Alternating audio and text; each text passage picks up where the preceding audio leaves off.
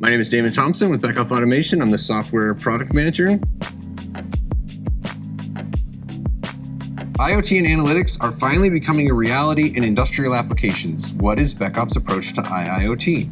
There are a few different approaches. One is just general data collection, sort of data collection, do analytics on a higher level system, on a cloud-based system, great. Other ones are, I want to do remote connectivity. So from my engineering tools, sitting at the machine builder, I want to connect to this machine and do diagnostics without having to ship them a VPN connection, without having to fly somebody there and do that kind of connectivity.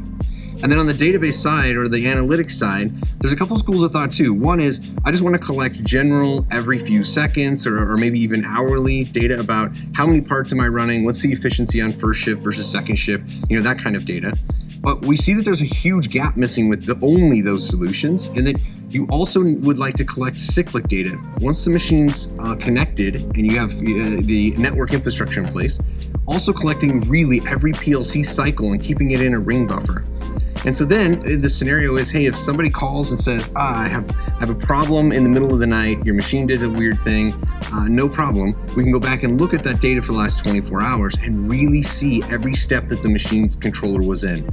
Really every state, every variable, and really debug it, even though it never threw an alarm, for example. So that's also a very powerful piece.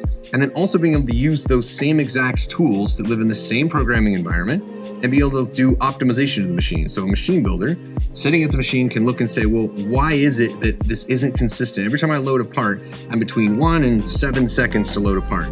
Well, I can get more efficiency out of that machine if I can squeeze that down and be always 1 second loading a part. And so we can use these tools to graphically analyze that data sitting at the machine to really kind of squeeze all the performance we can out of the existing equipment.